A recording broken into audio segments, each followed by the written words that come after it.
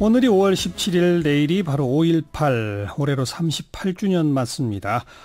그런데 최근에 그 당시 군인으로부터 수사관들로부터 성폭행 당했다, 이런 피해 여성들의 증언들이 계속 나타나고 있어서 5.18 성폭행 사건 진상규명도 이루어져야 한다, 이런 목소리가 높아지고 있습니다. 그래서 5.18을 하루 앞둔 오늘 그 당시 그 계엄군으로부터 집단 성폭행을 당했던 그 여고생의 사연을 세상에 알린 분입니다. 현재 5.18 부상자 동지회의 그 초대 회장을 지내셨던 분이죠. 이지현 씨를 만나볼 텐데요. 지금 광주 CBS 스튜디오로 직접 나와 계세요. 이원 중계로 연결합니다. 이지현 전 회장, 안녕하세요. 선생님 반갑습니다. 안녕하세요. 예. 그러니까 성폭행 당한 그 여성으로부터 첫 얘기를 들으셨던 게 언제입니까? 그러니까 직접 들은 것은 89년 2월 20일 오후 1시경입니다.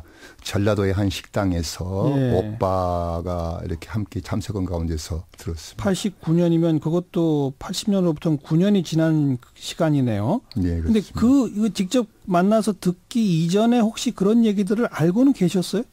예, 오빠께서 나오셨더라고요. 그래서 제가 이제 그냥 다친 줄 알고, 형님은 어떻게 다쳤어? 그랬더니, 어이, 동상, 요건 비밀이네. 우리 동상이 거시기 부렸단 말이요. 그래서, 뭘 거시겠어요? 그랬더니 성폭행 얘기를 한 거예요. 그러니까 그게 89년에 처음? 80년도 중후반 정도 됐습니다. 중후반 정도에 네. 그 오빠를 처음 만났을 때? 네. 예, 그래서요. 그러는데 이제 그때 그걸 못했죠. 회원들한테 얘기해도 설마 그랬겠냐, 이제 그러게 했었고. 아하. 마침 청문회가 열린다고 하니까 그 오빠가 그러시더라고요. 어이, 동상. 아이고, 우리 어머니는 하병에 나불었고, 우리 동생은 미쳐갖고 좀 정신병원에 있다 마시. 예. 자네가 꼭 청문회 가고 이 억울한 사연을 밝혀서 한을 좀 풀어주소. 그 청문회는 50 청문회, 그 광주 청문회 89년에 열렸던 그거 말이죠. 네, 그렇습니다. 그러니까 그 청문회를 앞두고 다시 그 오빠를 만나신 거네요. 그렇습니다. 예. 그 직접 피해를 당했다는 그 여성분을 만나보진 못하신 거고요? 만났습니다. 예. 그 여성분도 다 정확히 진술을 하시던가요? 물었더니요, 엉엉 울더라고요. 예. 그래서 그 말이 맞냐고 고개를 끄덕. 근데 제가 이 사람으로서 더 이상 물을 수가 없었지만 용기를 내서 예. 선생님, 아픈 역사지만은 한번 말씀해 주세요. 그랬더니 막 더 우는 거예요. 그러니까 이제 오빠가 했다고, 동상, 세상에 우리가 뭔 거짓말을 하겠는가. 그러니까 80년 5월 19일 기가하는 과정에서 경군한테 얻어 터져가지고 오늘 강제로 트럭에 실렸답니다. 예. 그리고 야산에 끌려가서 당했습니다. 근데 예. 혼자만 당한 게 아니고 여자분들이 서너 명이 더 있었답니다. 그걸로 이제 어머니가 아시게 된 거예요. 예. 아마 수천여 음악이 터졌겠죠. 예. 그렇게 해서 병원에 가가지고 나서 하는데 그때 나이 17살이었습니다. 그녀의 꿈도 가정도 풍비박산됐죠. 그리고 그 사람은 고등학교 1학년을 중퇴를 했고, 그 이후에 인생이 그냥 끝나버린 거죠. 예. 5월 19일 계엄군 복장을 입고 있는 군인들한테 구타당하고 끌려서 군용 트럭에 태워졌다. 그렇습니다. 그리고 야산에 갔더니 여성이 몇 명 더 있었다. 그때 이제 트럭에 같이 싣고 가는 거죠. 전라도마다 두드러 패갖고 간 건데 이미 여자들만 그렇게 한 거예요. 네. 그리고 야산에서 집단 성폭행을 당했다. 맞습니다. 너무 가슴이 아픈 일입니다. 그게 바로 그 89년 광주 청문회 얼마 전일 텐데 왜 청문회에서 이런 게 진술이 안 됐을까요? 제가 그래서 그 여성의 정말 이렇게 그 참다운 모습, 뒷모습을 찍었습니다.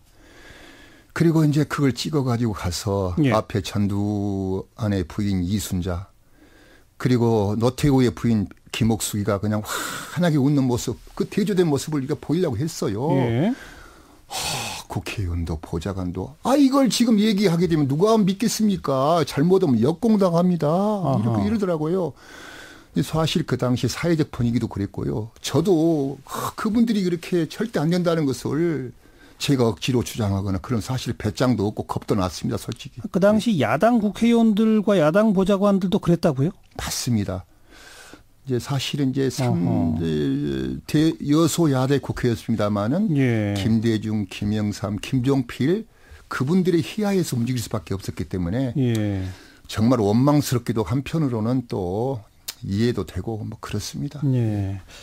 이지연 전 회장께서 직접 만나 들은 분은 이제 그분인데 예. 최근에 보면은 그렇게 뭐 집단 성폭행 당한 여성이라고 하는 피해자분들이 한 분만이 아니고 심지어 그때 충격으로 스스로 뭐 목숨을 끊으신 분들도 있고 그런 얘기들은 그 지금 광주 주변에서 많이들 지금 들려오는 겁니까? 무슨 피해 사례를 지금 접수하고 계신가요? 아, 그렇습니다. 그리고 지금 계속해서 이제 그런 얘기가 들려오고 있고요. 제가 또 얼마 전에는 저희가 이제 5월 19일이라는 날짜가 뭐 이 공수부대가 강주에 이렇게 이제 침투하게 된 날입니다. 예, 예. 그때 그렇게 심했더라고요. 그러니까 그날 또 예, 이제 80년대 중반에 저희 부상자의 사무실 신고해 오기를 예. 5월 19일 저녁 이제 그때 예, 불타버린 MBC가 있는 그 옆에 예. 가불탕이라는 목욕탕이 있었습니다. 예. 그 가불탕 목욕탕에 끌려가서 당한 분도 계시고요. 최근에 또 이제 내일 모레 그렇고 그것이 이제 폭로가 될 겁니다만은요. 거기는 유부녀였습니다. 예. 유부녀에 이제 당했습니다. 이제 가정 파탄 나게 된 거죠. 예. 그래서 이제 그분 같은 경우는 이혼하고 애들하고 살고 있습니다. 예, 예. 내일 모레 폭로될 거라고 하는 것은 뭐 폭로 기자회견을 지금 예정하고 계신 분인가요? 아닙니다. 이미 그것은 이제 다 해가지고 나서 오늘인가 8시 아무튼 모 방송에서 그걸 하기로 했습니다. 예. 아, 참. 분신한 분도 계세요. 이거 참 아유, 너무나 처참해서 차마 네. 이렇게 제 입으로 말씀 다 드릴 수가 없습니다. 예. 그 89년부터 시작해도 지금 벌써 이게 세월이 너무나 많이 흘렀는데 그 사이에 뭐 김대중 정부도 지낸 바 있고 노무현 정부를 지낸 바도 있고 그 시기에도 왜 이런 증언들이 나오고 진상규명 작업이 이루어지지 못했을까요? 이게 강주 분들이 이제 가장 이렇게 좀 한스러운 것이 그것입니다. 87년도에 양김 씨가 단일화가 됐으면 이러지 않았겠냐. 예. 또 이제 그 이후에 이제 김대중 또 이렇게 노무현 정부가 들어섰지만은 예. 힘이 약해서인지 아니면 그냥 형식적으로 5.18 문제를 그냥 뭐 유의하면 넘어가는지 모르겠습니다만은 제대로 이렇게 하는 그런 의지가 없었던 것 같습니다. 솔직히 말씀드리면.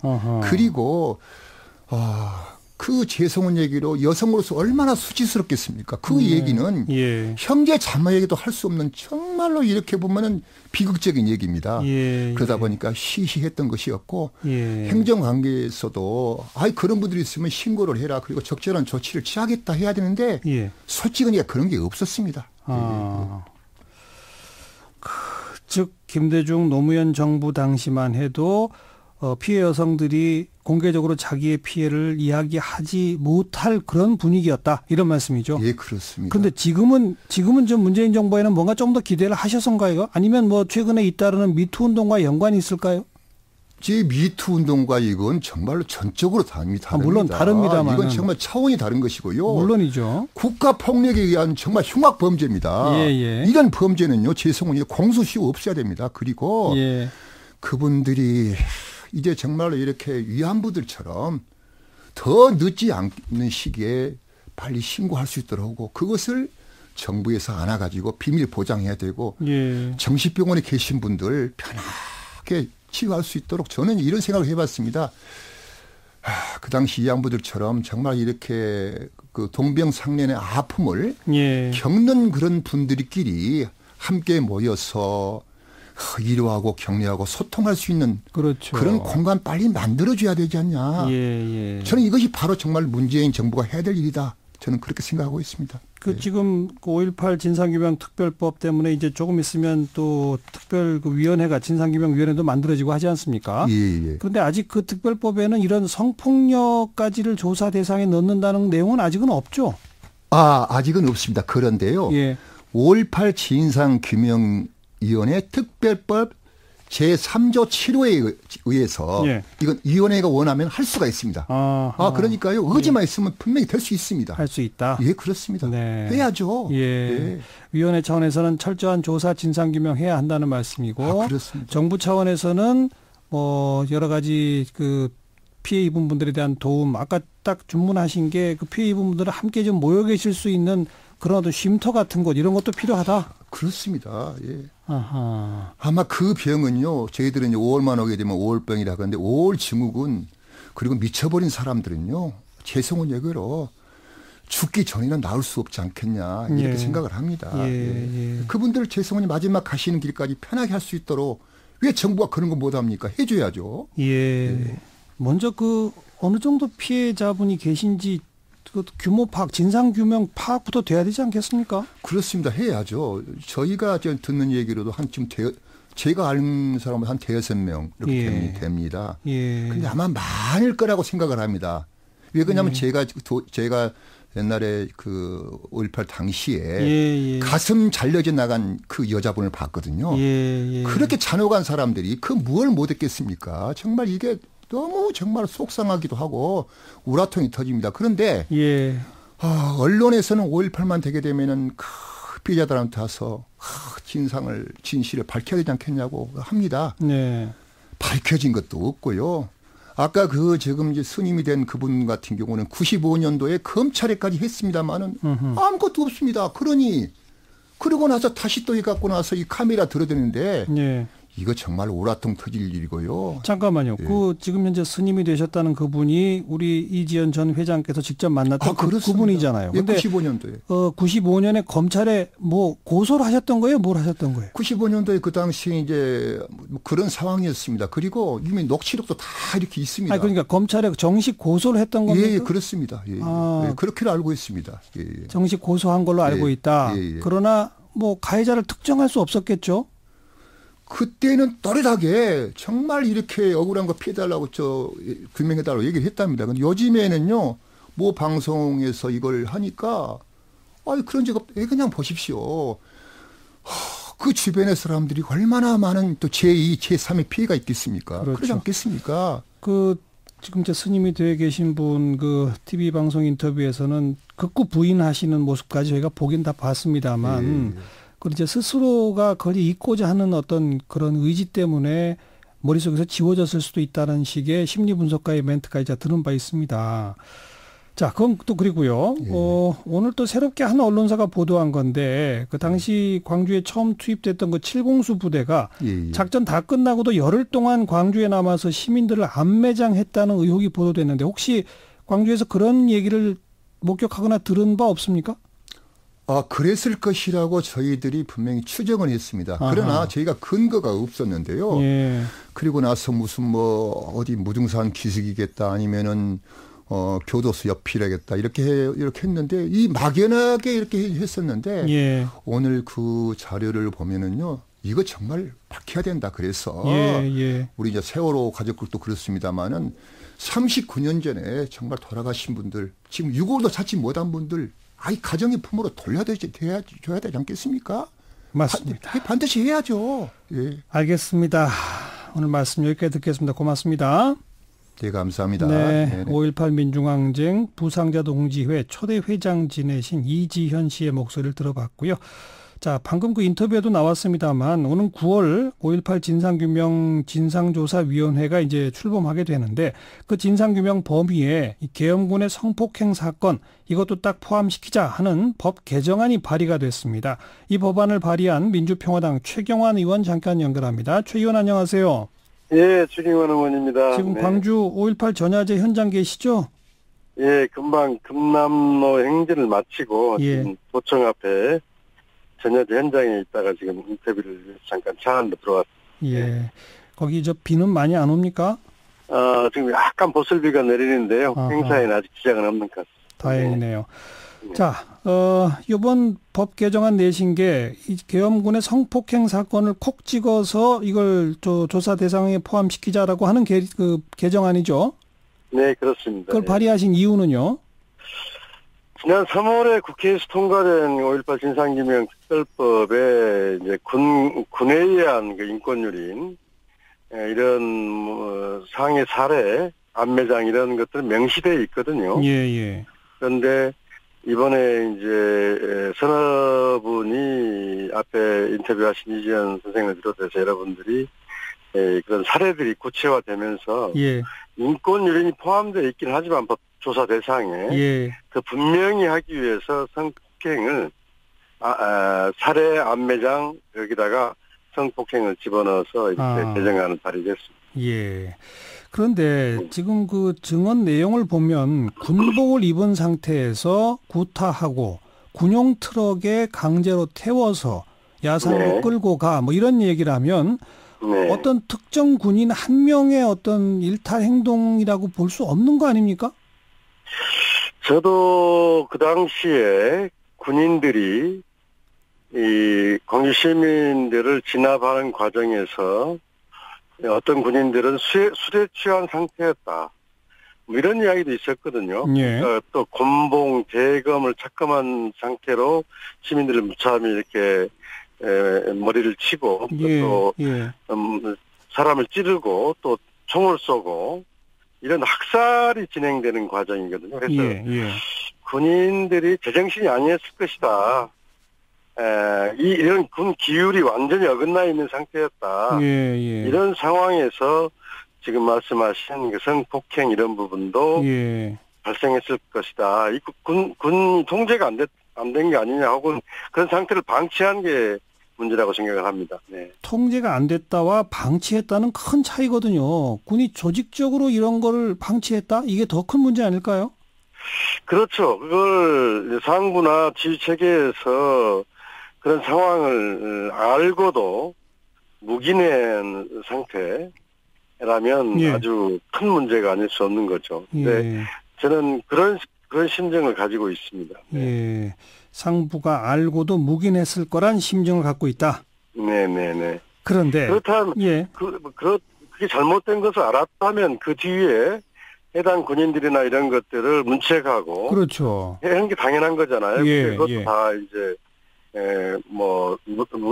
사실 묻어버렸기 때문에 그런 상황을 예단할 수 있을 것 같습니다. 그 당시 군에서 그런 성범, 성폭행 이런 혐의로 누구를 문책하거나 한 그런 기록은 아무것도 없지 않습니까? 네, 없습니다.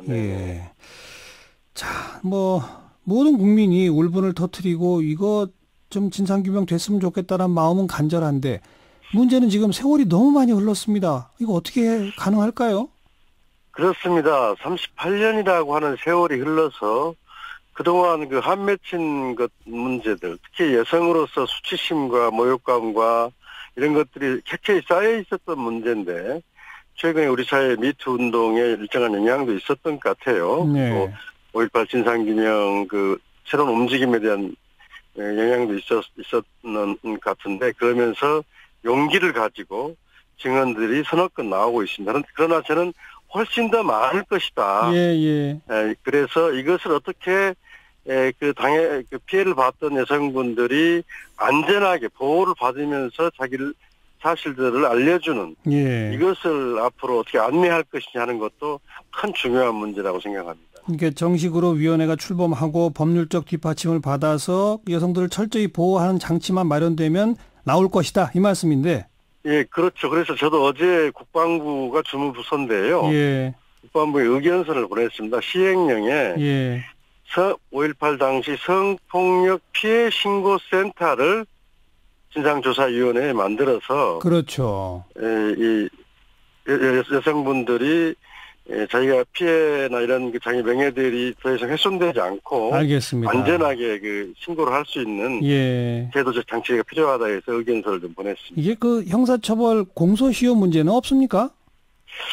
그렇습니다. 그게 가장 큰 문제인데요. 지금 이제 헌정질서 파괴 범죄라 그래서 국가 공권력에 의한 행위는 내란죄나 외환죄나 이적죄 같은 거는 공소시효가 배제되어 있고 또 집단 학살까지는 집단 살해까지는 공소시효가 배제되어 있는데 성폭행이나 이런 부분들은 아직 확정이 안 돼 있는 상태입니다. 그래서 조사는 할 수 있지만 처벌이 불가능한 거 아니냐 하는 이야기가 있는데 전문가들 의견은 둘로 나뉘어요. 그래서 똑같은 국가 공권력에 의해서 그렇죠. 피해를 본 거기 때문에 공소시효를 배제해야 된다는 주장이 있고 독일이나 프랑스 같은 경우는 나치의 반인륜 범죄에 대해서는 공소시효를 완전히 배제하고 있거든요.